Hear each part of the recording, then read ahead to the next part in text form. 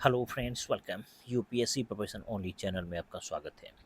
Friends, आज की इस वीडियो में हम लोग बात करेंगे वैश्विक आतंकवाद सूचकांक 2025 के बारे में। Global terrorism index 2025।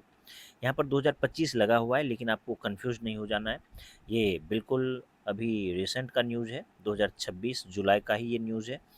और इसमें बस रिपोर्ट जो है 2025 का है, इसलिए इसमें 2025 लगा हुआ है। देखिए, आगे बढ़ने से पहले मैं आपको जानकारी दे दूं कि पूरे जुलाई 2026 में मैं जितना सारा न्यूज़ आपका कवर करवा रहा हूँ, उससे जुड़ा हुआ एक मास्टर पीडीएफ आप लोगों को लास्ट में प्रोवाइड करवाया जाएगा, जिसमें पूरे जुलाई 2026 का सारा ही न्यूज़ रहेगा। और ये जो भी न्यूज़ मैं आपको कवर करवा रहा हूँ, ये जितना भी ऑफिशियल वेबसाइट्स हैं, ऑफिशियल मिनिस्ट्रीज़ का वेबसाइट और पीआईबी वगैरह, उन सारी वेबसाइट का ये कवरेज है। और लास्ट में प्रीलिम्स के लिए एक पीडीएफ और मेंस से जुड़ा हुआ जो करंट अफेयर्स का टॉपिक है उसका एक पीडीएफ, दो पीडीएफ आपको मिलेगा। तो इसलिए अभी स्टेप वाइज स्टेप चीज़ों को देखते जाइए, ताकि लास्ट में आपको इन सारी चीज़ों को रिवीजन करने का बोझ ना बढ़े। चलिए, यहाँ पर देखिए, चर्चा में ये इसलिए है क्योंकि वैश्विक आतंकवाद सूचकांक 2025 जो जारी किया गया है, इसको किसके द्वारा जारी किया गया है, सबसे इंपॉर्टेंट क्वेश्चन यही है। इसको जारी किया गया है आईईपी के द्वारा, यानी कि institute for economics and peace जो संस्था है उसके द्वारा। अभी हाल ही में ग्लोबल टेररिज्म इंडेक्स जीटीआई 2025 जारी किया गया।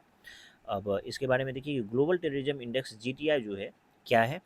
तो ग्लोबल टेररिज्म इंडेक्स जीटीआई आतंकवाद के प्रभाव के आधार पर देशों की वैश्विक रैंकिंग जारी करता है। Institute for economics and peace यानी कि आईईपी के द्वारा इसको प्रकाशित किया जाता है। और इस सूचकांक में 163 देशों को कवर किया गया है इस बार। और ये जो 163 देश है, ये लगभग 99.7% आबादी को रिप्रेजेंट करता है। और रैंकिंग के लिए जो है आतंकी हमलों की संख्या, मौतें, घायल और बंधकों की संख्या जैसे संकेतकों का जो है इसमें उपयोग किया जाता है। इसका फाइनली जो कंक्लूजन वो यही है कि इसमें रैंक 1 है बुर्किना फासो का। अब बुर्किना फासो जो है ये इसका मतलब है कि सबसे ज़्यादा इस आतंकवाद से प्रभावित, सबसे ज़्यादा जो देश है आतंकवाद से प्रभावित, वो बुर्किना फासो ही है। और वही है कि बुर्किना फासो लगातार आतंकवाद से सबसे अधिक प्रभावित देश रहा है। और सबसे इम्पोर्टेंट अपना इंडिया है, तो भारत इस सूचकांक में 14वें स्थान पर है, 14th रैंक पर भारत है।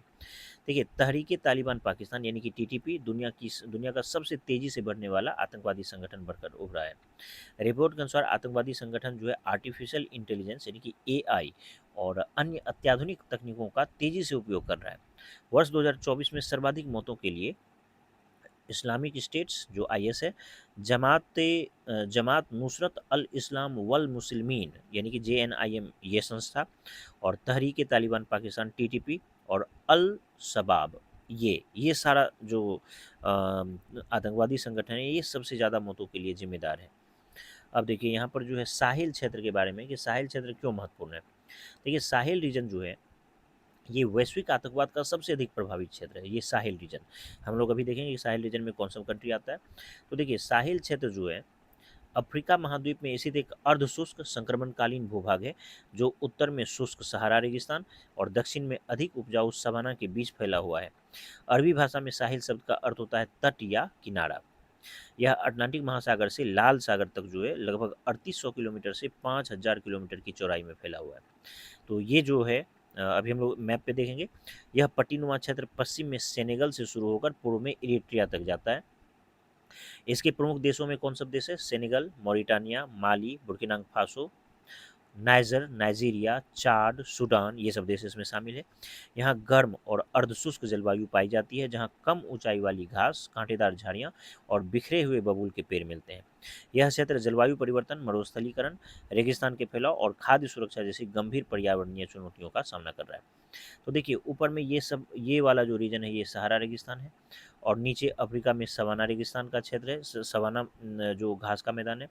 इसके बीच का जो ये पट्टीनुमा क्षेत्र है, जो कि इधर अटलांटिक महासागर है और यहाँ पर लाल सागर है, तो इसके बीच में जितना भी ये कंट्रीज आप देख रहे हैं, इन्हीं सारी कंट्रीज को साहिल रीजन बोला जाता है। और ये साहिल रीजन जो है अभी विश्व में सबसे ज़्यादा आतंकवादी घटनाओं से पीड़ित है। तो यहाँ पर मूल रूप से कौन सा देश है, ये देखिए, मॉरिटानिया है, ये सेनेगल है, माली, नाइजर, नीचे नाइजीरिया, चाड, सूडान, यहाँ पर इरिट्रिया हो गया। तो इस तरह से सेनेगल से शुरू होता है, यहाँ सेनेगल से शुरू हुआ और इरिट्रिया तक जो है, यहाँ अटलांटिक महासागर से शुरू होकर लाल सागर तक का जो भी कंट्री है वो सब जो है साहिल रीजन कहलाता है, साहिल क्षेत्र कहलाता है। चलिए आगे बढ़ते हैं। और ये बहुत ज़्यादा आतंकवादी घटना से पीड़ित है, गरीबी भुखमरी यहाँ पर बहुत ज़्यादा व्याप्त है, कृषि और अनाज का जो है बहुत ज़्यादा यहाँ पर अभाव है।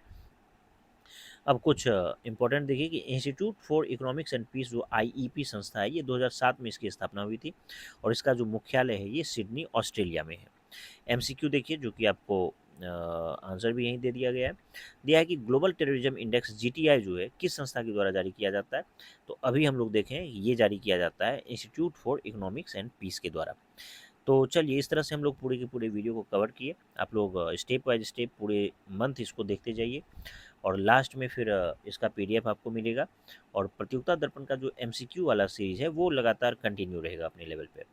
उम्मीद करता हूँ ये वीडियो आप सबको पसंद आया होगा। धन्यवाद।